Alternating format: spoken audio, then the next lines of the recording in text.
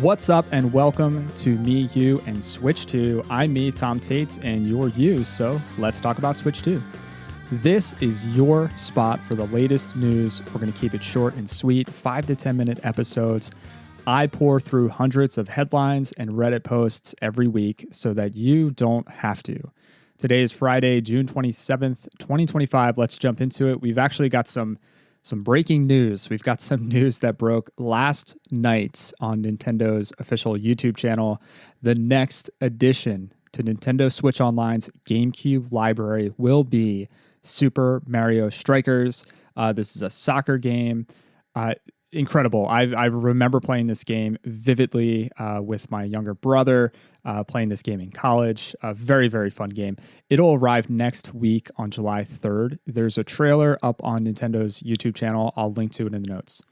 Another big announcement from Nintendo this week is the release of more information on their mouse-powered 3v3 wheelchair basketball game, Drag and Drive, which is stylized as Drag X Drive.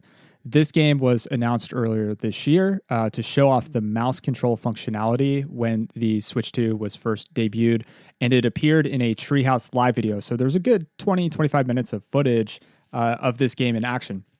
But we didn't have a lot of details on the release or the pricing. So now, through the Nintendo Today mobile app, we recently learned that it'll release on August 14th. Pre-orders are already open. It's going to be a digital-only game, and the price is only $19.99. Now, I say only $19.99. Some folks might have some qualms with that. I won't get into that. We also learned that it'll be a 1.7 gigabyte file, so not a huge memory hog, and it'll support up to 12 players online, but it will not have local multiplayer. It will only be available in handheld mode.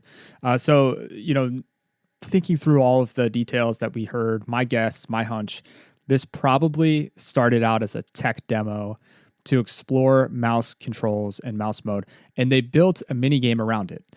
So I think this is just started out as a mini game, a tech demo, and they just built it up. It's priced as such, right? With $19.99, it's not going to break the bank. It's not going to be a full experience, but it'll be this, tiny, unique experience that could only exist on Nintendo Switch 2 because of the mouse controls. And it'll give players another reason maybe to pop into online multiplayer. So it might be another incentive to maybe get more use out of your Nintendo Switch Online account. I personally do not care that this and Welcome Tour have price tags. I know there's been a lot of talk about that. But think about what an awesome package it would have been if Nintendo launched everything on day one, including Welcome Tour, including Drag and Drive to get you used to the mouse controls for free with a Nintendo Switch Online account. You'll also get the GameCube, the N64, the Genesis, the GBA, the Super Nintendo, the NES right out of the box. I mean, that's just so much value. I get it. People worked hard to put this game together, to develop this game. So I understand why they'll put a price tag on it. So we'll just have to see how the game is when it arrives on August 14th. Okay, Nintendo also released an update to Mario Kart World. The patch note read, adjusted courses selected in random when selecting next course in a wireless versus race. This might be complicated to explain, but apparently, I don't play a lot of Mario Kart online, but apparently when you're playing online, you had an option to select random or intermission from a set of 3 courses. Many fans would select random to essentially opt out of the less favorable intermission tracks, which are typically just a stretch of open world between the end of one course and the beginning of another. So this update apparently makes the intermission track more likely to be required when you're playing online. I don't know. People are very upset about this. So we'll see if Nintendo rolls it back, but it's really messing with people's enjoyment and experience playing online. But maybe it's just the vocal few. So we'll have to see. An aptly named case called the Kill Switch case by the brand Dbrand messes up the Joy-Con's magnets, causing consoles to just fall out of people's hands and potentially damaging the console. According to many, it might be due to how people hold it, but in my opinion, there shouldn't be a right or wrong way to hold a Switch or a Switch 2. You do you based on comfort, based on playstyle, based on hand size. So I don't love that excuse. I'm just sharing this because it made a lot of headlines this week, and I'm sharing it in the event that maybe you have picked up a Dbrand kill switch case and you didn't hear this yet, or maybe you were thinking about getting one and you've come across this case. So not saying don't buy it, just proceed with caution. Another headline, Square Enix came out and said that if Final Fantasy Tactics is successful, it'll support the case that tactics games are viable as a business and might pave the way for future tactics titles. I don't know if that's future Final Fantasy Tactics titles, a new franchise, maybe continuation of an existing franchise like Triangle Strategy, or maybe an offshoot of Octopath. Like an Octopath Tactics game could be awesome, right? So that would be really cool. But we'll have to see. But it definitely sounds like they're looking for consumers to buy with, to vote with their wallets. Honestly, that's always been the case. We've always voted with our wallets. So we'll see how it performs when that game comes out later this year. Real quick, NintendoLife ranked every Switch 2 launch game. And I'm not going to read the blurbs for every game, but I thought it would be helpful and fun to just read them out in order from lowest to highest as a reminder of what games are available that are Switch 2 exclusives. So if you're looking for another game to pick up, here's 25 games that are available today. And these were the launch titles in the North American market. So at 25, we have Puyo Puyo Tetris. 24, Survival Kids.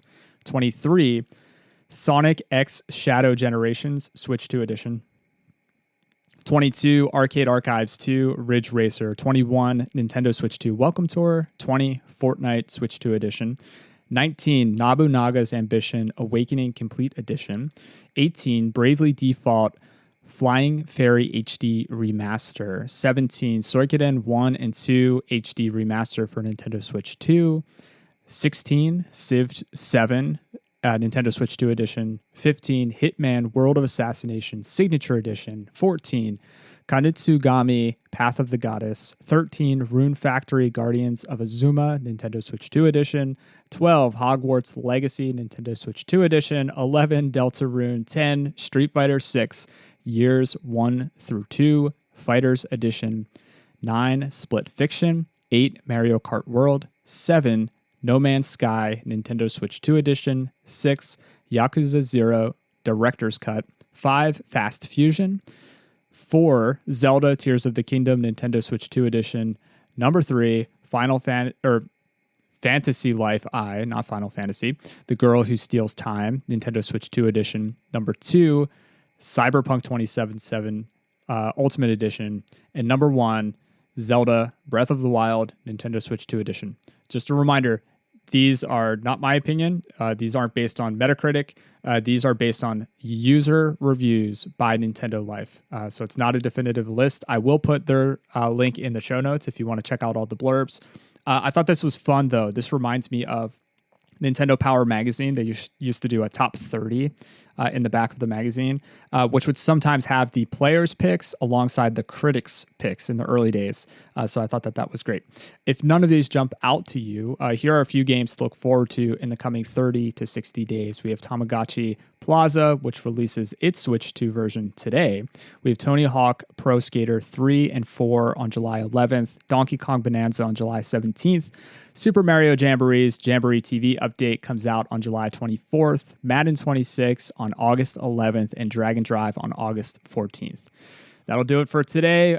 Curious, what have you been playing? What are you excited for as we coast into the weekend on this beautiful summer Friday? Let me know on Blue Sky or Instagram. Find me at Switch2Pod. That's Switch2Pod with the number 2. Links to everything at Switch2Pod.com. A quick review on your podcast provider of choice really goes a long way. If you don't like the show, tell me. If you do like the show, tell everyone. Thank you so much for your time and attention. Much love. Now go play some games.